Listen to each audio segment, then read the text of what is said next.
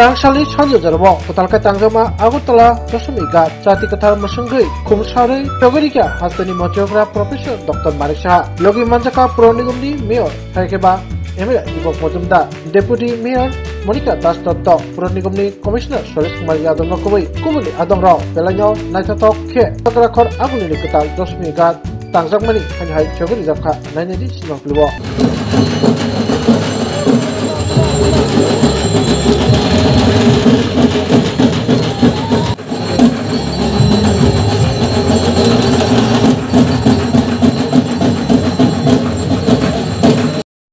এখানে ফুলের বাগান হবে, ফুল তৈরি, ফুলের গাছ লাগানো হবে, সেই ফুল থেকে তাদের জীবিকা সৃষ্টি হবে এবং ভেজিটেবলেরও এখানে করার ব্যবস্থা আছে। তাছাড়া টুরিস্ট স্পট, এটা একটা মানে এখানে তো খালি ইউনিয়ন ছাড়া কেউ আসতো না, কিন্তু এখন এটা টুরিস্ট স্পট হিসেবেও কিন্তু এই জায়গাটা তৈরি হবে। এবং আমার মনে হয় যে এই যে আমরা যে ডেভেলপমেন্টগুলো করছি, আগরতলা সম্পর্কে তার যে ডেফিনেশন ছিল, সেই ডেফিনেশনই কিন্তু এখন পাল্টে যাচ্ছে আগামী দিনে। আমার মনে আছে বহু লোক যারা 10-12 বছর পরে আগরতলা এসছে বা তারও বেশি, তারা আগরতলার এসে বলে, এটা আগরতলা আমরা তো ভাবতেই পারি না, এত সুন্দর আগরতলা আমরা কোনো অবস্থা কল্পনা করতে পারি না।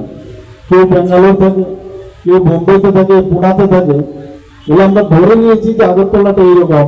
এখন তো সেই এয়ারপোর্ট থেকে শুরু করে সর্বত্র এত সুন্দর ব্যবস্থা আমরা করেছি এবং অনেকে বলছে যে ওইসব জায়গা ছেড়ে এখন ত্রিপুরাতে বা আগরতলাতে আসার ইচ্ছা প্রকাশও করেছে, অনেকে আসছেও। তো আমাদের নেক্সট জেনারেশনকে আমাদের এমন এক ব্যবস্থা করে দেওয়া উচিত আমার মনে হয় যে মানুষ এখানে তার যে মানে লিভ উইথ স্টাইল যে বিষয় সেটা কিন্তু এখানে আমাদের স্মার্ট সিটি লিমিটেড এবং আমাদের আগরতলা মিউনিসিপ্যাল কর্পোরেশন তথা আমাদের ত্রিপুরা সরকার সেই কাজটা আমরা করছি এবং সেটা একমাত্র সম্ভব হচ্ছে মাননীয় প্রধানমন্ত্রীজির জন্য। আমি আশা করি এবারে যে পুজো, সেই পুজো আমরা খানিকটা হলেও আমাদের সমস্যা হয়েছিল যে যেরকম বৃষ্টিপাত হয়েছিল চারিদিকে বন্যা, সেটাকেও কিন্তু আমাদের সরকার সবাই মিলে আমরা যেভাবে আরোগ্য দপ্তর থেকে হোক, এনডিআরএফ, এসডিআরএফ, কেন্দ্রীয় সরকারের সহায়তায় আমরা এটাকে যেভাবে মোকাবেলা করেছি এবং আগামী দিনেও তাদের রিস্টোরেশনের জন্য আমরা ব্যবস্থা করছি, আর্থিকভাবে আমরা সাহায্য করেছি, প্যাকেজ ঘোষণা করেছি বিধানসভায়। তারপরেও যারা বিরোধী দলের এখানে বলার চেষ্টা করেছেন আমাদের মেয়র সাহেব, যে তোর সইছে না, কিছু না কিছু বলতেই হবে, মিথ্যা গল্প বানিয়ে কিছু না কিছু একটা বলা, ওদেরকে অলরেডি ওরা মানে জনতার দ্বারা পরিত্যক্ত, তারপরেও কিছু না কিছু বলার একটা চেষ্টা করে এবং মনে করে যে মানুষ এটাকে নেবে, কিন্তু মানুষ নিচ্ছে না। বহুদিন ধরে চেষ্টা চলছে এবং যতবার নির্বাচন হয় তাদের অবস্থা শূন্যের কোটার দিকে যাচ্ছে এবং আমি ভগবানের কাছে প্রার্থনা করব যাতে ওদের মধ্যে যারা এই ধরনের, সবাই না, এমন কয়েকজন করে তাদের মধ্যে একটু যেন বুদ্ধিমত্তা দেয় এবং এই যে ধরনের আমাদের ডেভেলপমেন্টের ক্ষেত্রে ওরা প্রতিরোধ করার চেষ্টা করে তারা এর থেকে বেরিয়ে আসুক, সে আশা করব। আর বিশেষ করে আমরা যারা ত্রিপুরাবাসী তাদেরকে বলবো ওদেরকে আপনারা চিহ্নিত করুন এবং আমরা ওরা কি বললো না বললো দিস ইজ আনইম্পর্টেন্ট। পাশাপাশি একটা উন্নয়নের বাধা ওরা দিচ্ছে, আবার আমাদের রাজ্যের যে শান্তি প্রতিষ্ঠিত হয়েছে, আমি বারবার শব্দটা বলি, ল অ্যান্ড অর্ডার 28টা রাজ্যের মধ্যে নিচের দিক থেকে আমরা এখন 3য় স্থানে। তারপরেও বলবো যে ল অ্যান্ড অর্ডার নেই, ল অ্যান্ড অর্ডার নেই, ইচ্ছে করে এখানে ল অ্যান্ড অর্ডার অবনতি করার চেষ্টা করে। আমি আপনাদের বলবো যে এদেরকে আপনারা চিনে রাখুন, ওদের সম্পর্কে আপনারা কথা বলুন। আজকে আর বিশেষ কিছু বলছি না, যারা এখানে উপস্থিত আছেন এবং মিডিয়া বন্ধুদের মাধ্যমে সমস্ত ত্রিপুরাবাসীকে আমি শারদীয় দুর্গোৎসবের প্রীতি ও শুভেচ্ছা জানিয়ে আমি আমার বক্তব্য শেষ করছি। নমস্কার। দশমী ঘাটে আসা, আমরা যখনই প্রতিমা নিরঞ্জনের কথা চিন্তা করতাম, তো অনেকটা আটকে উঠতাম যে কোথায় শেষ হবে, সেখানে গিয়ে কি, সেই পিকচারটা কিন্তু আমাদের কাছে ছিল যে দশমঘাটে গেলে এইরকম একটা দৃশ্য। কিন্তু আজকের তারিখে এসে কেউ কিন্তু বলতে পারবে না যে ডেভেলপমেন্টের কোন জায়গায় কোন স্তরে আজকে আমরা পৌঁছেছি। আমাদের ডাবল ইঞ্জিনের সরকার আমাদের সবসময় বলা হয়, মাননীয় প্রধানমন্ত্রীজি বারবার বলছেন যে মানুষের স্বার্থে আমাদের কাজ করতে হবে, মানুষের সুখ সুবিধা, এবং এর জন্য আমরা সবাই জনপ্রতিনিধি, আমাদের সরকার, এবং সেই দিশায় কিন্তু আমরা কাজ করছি। একটু আগে আমরা উজ্জয়ন্তা প্যালেসের যে নর্থ গেট থেকে শুরু করে সেটা সাউথের দিক দিয়ে সমস্ত জায়গায় এত সুন্দরভাবে দুটো লেককে সৌন্দর্যায়ন, সেখানে ফাউন্টেন এবং সেলফি তোলার বসার জায়গা, মানে অপূর্ব এক দৃশ্য। নিশ্চয়ই আপনারা যে দেখবেন সেটা। এবং সেখান থেকে আসার পর আজকে এখানে এলাম, যে এখানে প্রতিদিনই খালি আমরা যে আমাদের যে মায়ের দর্শন আমরা পেয়েছি, সেই বিষয়ে ডেভেলপমেন্ট ছাড়া আমাদের কাছে কিছু নেই, সেই কাজটা আমরা করছি। এখানে রিভার ফ্রন্ট ডেভেলপমেন্টের প্রজেক্টে কত যে আমাদের সুবিধা, এই যে বাঁধের কারণে, যে বাঁধের এখানে বহু পুরনো বাঁধ কিন্তু ছিল, মাটির দিয়ে তৈরি, এবং অনেকটা ভঙ্গুর অবস্থায় ছিল অনেক জায়গায়। আমরা খুব আতঙ্কে থাকতাম যখন এবারও বন্যায় যে মানে জলের যে বৃষ্টিপাত আমরা দেখেছি, এতে করে আমরা কিন্তু খুব শঙ্কিত ছিলাম কি হবে। তো সেই জায়গায় এই ধরনের যখন প্রজেক্ট এখানে আজকে এখানে উদ্বোধন হলো, তাতে করে আমাদের যে বন্যায় ক্ষয় প্রতিরোধ সেটা কম মানে আমরা করতে পারবো, এবং এই নদীর বাঁধটিও কিন্তু অনেক শক্তিশালী হবে। এটা কিন্তু অনেক, আপনারা নিজেরাও দেখেছেন যে কত চওড়া হয়ে গেছে বাঁধটা, এবং যেভাবে এটাকে তৈরি করা হয়েছে আপনারা নিজেও দেখেছেন, অনেক স্ট্রং। যে এটা খুব মানে আগের মতো যেমন বাঁধটা যেমন ছিল সেরকম না।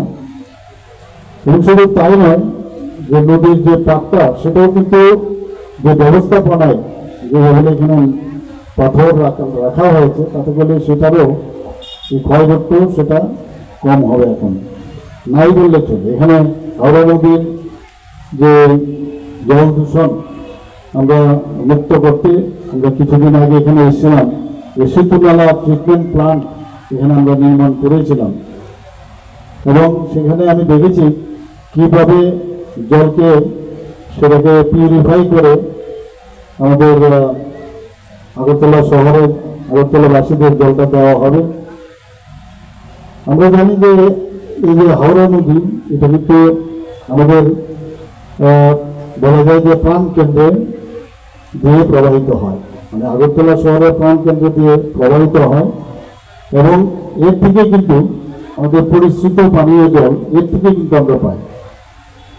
একটা সময় ছিল এই পরিশ্রুত পানীয় জল যখন কলেজ থেকে কলেজের এখান থেকে ট্রিটমেন্ট করে জল দিত, তখন আমাদের 3 তলা বাড়িতে কিন্তু জল এমনিতে চলে আসতো, আর আস্তে আস্তে করে 2 তলা, তারপরে গ্রাউন্ড, এখন তো মাটির নিচেও জল আসে না, তো মোটর চালিয়ে তারপরে উপরে ট্যাঙ্কি করে ডিমান্ড বেড়ে গেছে, কিন্তু জল সাপ্লাই অনেকটা কমে গেছে। তো সেই দিকে আমাদের এখন নতুন ভাবে চিন্তা ভাবনা হচ্ছে যে কিভাবে পরিশ্রুত পানীয় জল শুধু নদীর উপর ভিত্তি করলেই হবে না, অন্যান্য যেসব রিসোর্স, সেই রিসোর্সের মাধ্যমে বিভিন্ন প্রকল্প আমরা হাতে নিয়েছি।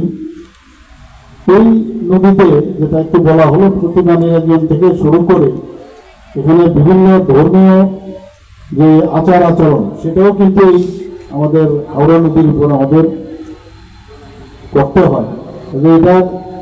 এটাকে পিওর রাখা, এটাকে যাতে কোনো অবস্থায় নোংরা না করা হয়, ইমপিওর না করা হয়, পলিউটেড না করা হয়, তার জন্য আমাদের সবাই এর দিকে নজর রাখতে হবে।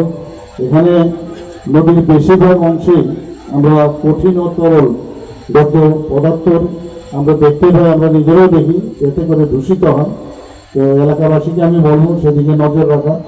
সরকার এগুলো করবে, কিন্তু সরকারের সাথে সাথে যারা স্থানীয় বাসিন্দারা আছে তারাও সেই দায়িত্ব তারা নিতে হবে। হাওড়া রিভার ফ্রন্ট ডেভেলপমেন্ট প্রজেক্টে এটা এখানে স্টিল ব্রিজ থেকে আরম্ভ করে এখান পর্যন্ত প্রায় 1.7 কিলোমিটার ডেভেলপমেন্ট হয়েছে।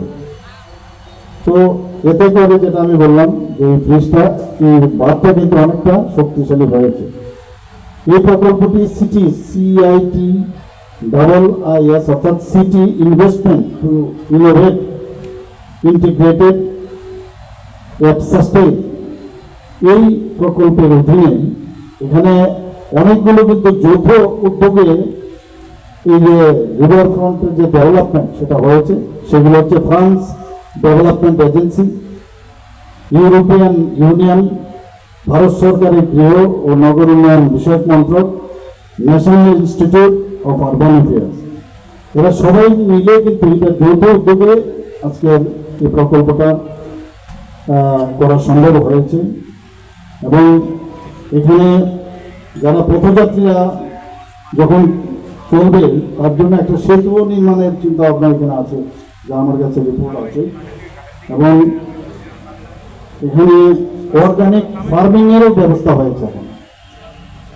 এবং তার জন্য যে অর্থ রাখা হয়েছে, আমি আশা করি এতে করে কাজে আসবে সেটা। এবং আমরা রাধানগর যারা এখানে বহু যে আমাদের বাঁধে আছে, বাঁধে অনেক সাইডে বহু মানে বস্তিবাসী অনেকে ছিল সেখানে, তাদেরকে আমরা রাধানগর আবাসনে আমরা নিয়ে গেছি এবং সুন্দরভাবে পাকা করে ওদের থাকার ব্যবস্থা করেছি।